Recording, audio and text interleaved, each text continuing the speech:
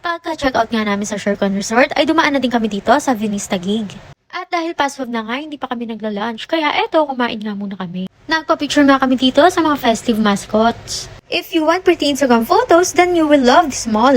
You have to come this area for views and eats. Madaming option na pagpipilian dito.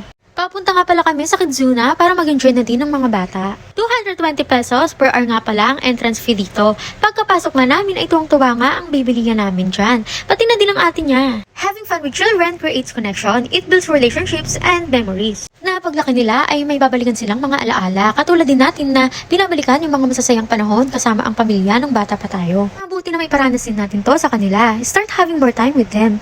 That's the best thing you can do with your children. Pagkatapos nga yan ay tinry namin tong gondola ride. May experience lang. Yung ticket fare is very expensive. It costs 500 pesos per person. So kami na muna ang nag-try. The attraction is inspired by Venice, Italy. It offers Italian experience. You can ride gondola or race one paddle boat for 10 to 15 minutes. After nga yan ay nag-DQ naman kami. 8 PM na nga at papauwi na kami. Pero syempre nagutom na naman kami. So, eto nag-stop over muna kami sa Index at dito na nga kami napunta sa Shakey's. Ang sarap nga ng food, lalo na yung spinach pizza nila, pati na yung chicken, Mojo's, and Manager's Choice Pizza. So, dito na lang mga Mima for more food trips and travel. Follow for more. Bye!